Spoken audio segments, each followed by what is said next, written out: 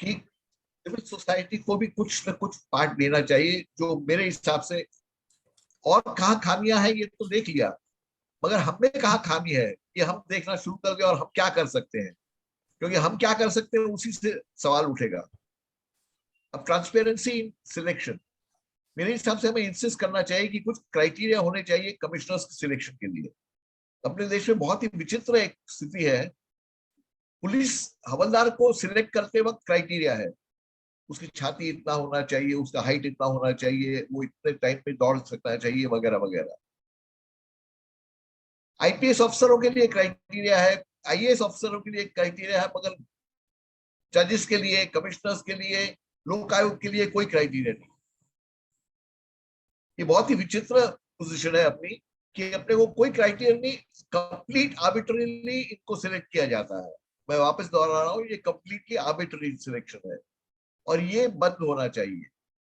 और मेरे हिसाब से ट्रांसपेरेंसी के लिए दो चीजें, पहले तो एक क्राइटेरिया रखी हो जिसके लिए हम ये मशक्कत करें कि क्या क्राइटेरिया होने चाहिए, जिसके हिसाब से ये होना चाहिए और ये नहीं होना चाहिए कमिश्नर को सिलेक्ट करते वक्त। दूसरा, जो शॉर्टलिस्टिंग प्रोसेस है, उस वक्त एक शॉर्टलिस्ट जो कमिटी है चीफ मिनिस्टर या प्राइम मिनिस्टर की, उसको भेजने के पहले एक शॉर्टलिस्टिंग के टाइम पब्लिक इंटरव्यू होना चाहिए। इंटरव्यू होना चाहिए प्रोस्पेक्टिव कैंडिडेट्स का, open, open to media, open to citizen, open to everybody. हम सवाल ना पूछे, मगर हम सुने तो सही कि वो क्या बोल रहा है, कमिश्नर का क्या विचार है, उसके बारे उसको पूछना चाहिए। वो क्या करेगा, कैसे करेगा, आरटीआई के बारे में वो क्या सोचता है, पारदर्शिता के बारे में क्या सोचता है, ये जनता के सामने अगर लाया जाए तो मेरे ख्याल से हमें बेटर कमिश्नर मिलने की संभावना है। अब और एक चीज पे आता हूं जिसपे मेरे हिसाब से हमें फोकस बहुत कम करते हैं, टाइम कितना लगता है।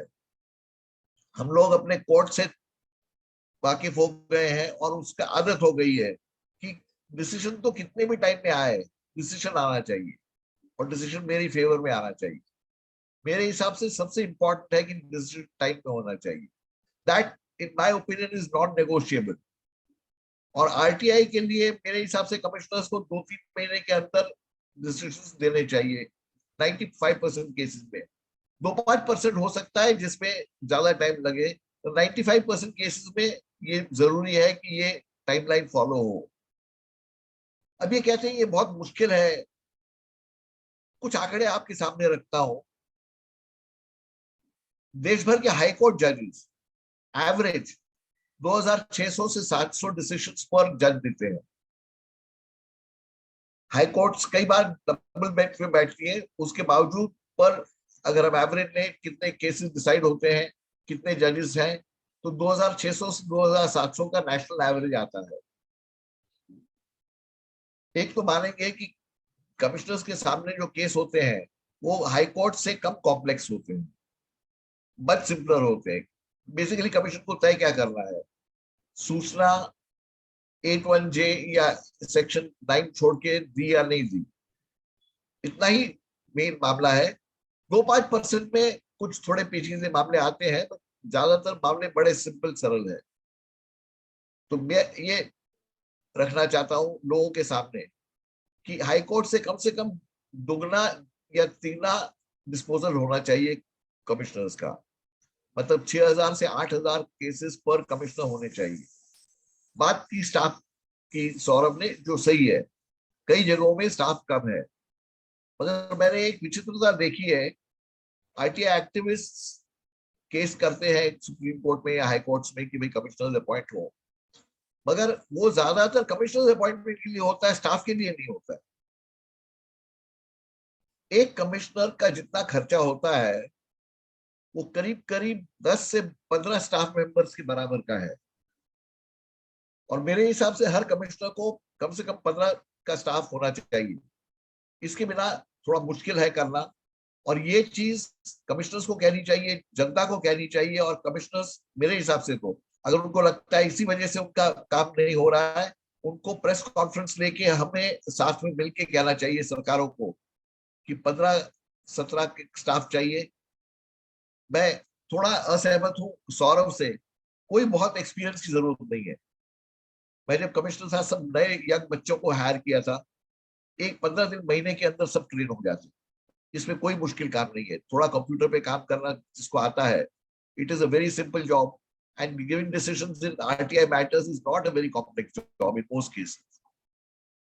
इंसिस्टेंस योर और भी एक तरीका है जिससे हम कमिश्नर्स में ज्यादा हम अकाउंटेंट्स रिस्पॉन्सिबिलिटी ला सकते हैं, जिसके लिए टीम बननी चाहिए हर स्टेट में, जो अलग अलग टीम के मेंबर्स हर महीने कमिश्नर के सब ऑर्डर्स या रैंडम ऑर्डर्स का असेसमेंट करें, कानून के हिसाब से है या नहीं, कानून से ताल्लुक रखते हैं या नहीं, कितने ऑर्डर्स में ट्रांसपेरेंसी का सिलेक्शन था, कितने ऑर्डर में ये कहा गया कि इंफॉर्मेशन दो, कितने ऑर्डर में कहा गया कि ये अगर हम करेंगे और हर महीने अगर रिपोर्ट करेंगे, आई थिंक लोकल मीडिया का सपोर्ट लेके अगर हमने रिपोर्ट कार्ड बनाया हर महीने या हर 2 महीने, हर कमिश्नर पे इंडिविजुअली डिस्पोजल कितना, बैकलॉग कितना, डिसीजंस कैसे, इन चीजों पे हमें मॉनिटरिंग करने की जरूरत है, जो हम नहीं कर रहे हैं। अभी ये होता है कि मुझे ये पसंद है, ये ऑर्डर नहीं पसंद है वगैरह,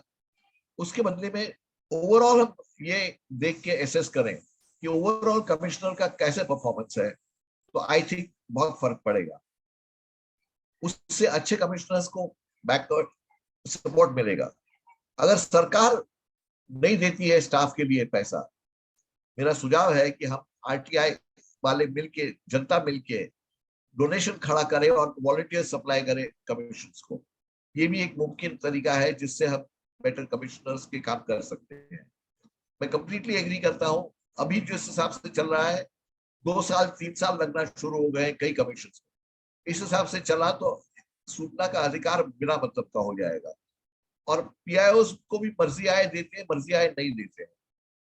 सौरभ ने जो नोटिस की बात की, इसमें मैं मानता हूं मेन अपना प्रॉब्लम है गिरीश देशपांडे जज में, जिसने ये कह दिया कि हर पर्सनल इंफॉर्मेशन, पर्सनल क्या है, किसी व्यक्ति से जुड़ा हुआ जो मामला है वो पर्सनल है, तो किसने फाइन नोटिंग बनाई वो भी पर्सन को आइडेंटिफाई करता है, इसको पर्सनल इंफॉर्मेशन कहना एकदम गलत नहीं होगा।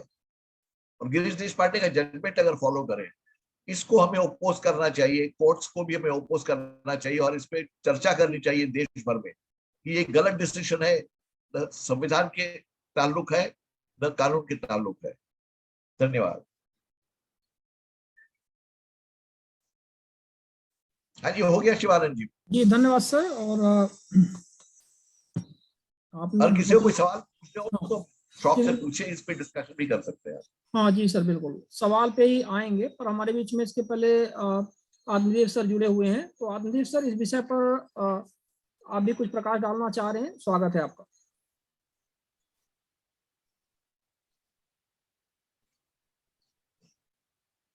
आप सभी को नमस्कार।